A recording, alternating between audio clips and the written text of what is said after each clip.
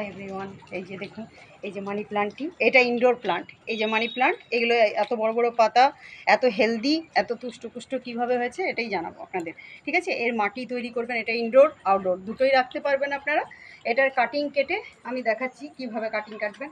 এই যে দেখছি, এই যে কাটিং, জাস্ট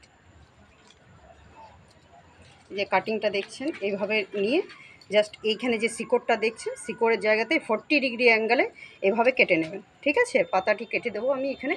এটা আমি জলে যদি ডিপ করে লাগাই, এটা যদি আমি জলের মধ্যে ডিপ করে কাটিংটি লাগাই, এ দেখুন এইরকমভাবে বেডরুমের যে কোনো জায়গাতে আপনারা ইজিলি সুন্দরভাবে গ্রো করতে পারবেন।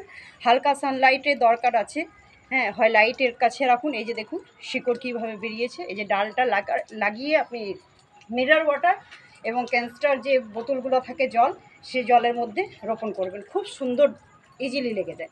বেডরুমের যে কোনো জায়গাতে আপনারা লাগাতে পারেন, সুন্দরভাবে গ্রোথ হবে এবং সুন্দর লাগবে দেখতে। চলে আসি এটার উপরে। এটাতে আমি কি দিই স্যার, এটা বলে দিই।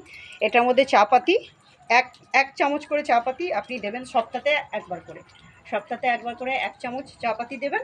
আর এর বালি, মাটি এবং কোকোপিট, এটা দিয়েই বসাবেন মানি প্লান্ট। খুব সুন্দর বসে। আর এটা মাউস্ট হয়, এটা যেহেতু লতানো গাছ, এটাতে মাউস্ট দেওয়ার খুব দরকার। এই দেখুন এখানে আমি মাউস্ট করেছি, এটা নিজে থেকে আমি করেছি নারকেল ছোবড়া দিয়ে, কোকোপিট, বালি আর মাটি দিয়ে। এইভাবেই তৈরি হবে এর পুরো পদ্ধতিটা। এইটা আউটডোর ইনডোর, ওই জন্য এটাকে যত্ন সেরকম পরিচর্যার দরকার নেই, কারণ এটা খুব হার্ডি প্লান্ট। এটা লম্বা শেপের আমার মানি প্লান্ট আছে, এটা হার্ড শেপেরও আমার আছে মানি প্লান্ট। 2 রকমের মানি প্লান্ট আছে। আমার ভিডিও যদি ভালো লেগে থাকে তাহলে অবশ্যই করে আমার চ্যানেলটি সাবস্ক্রাইব করুন।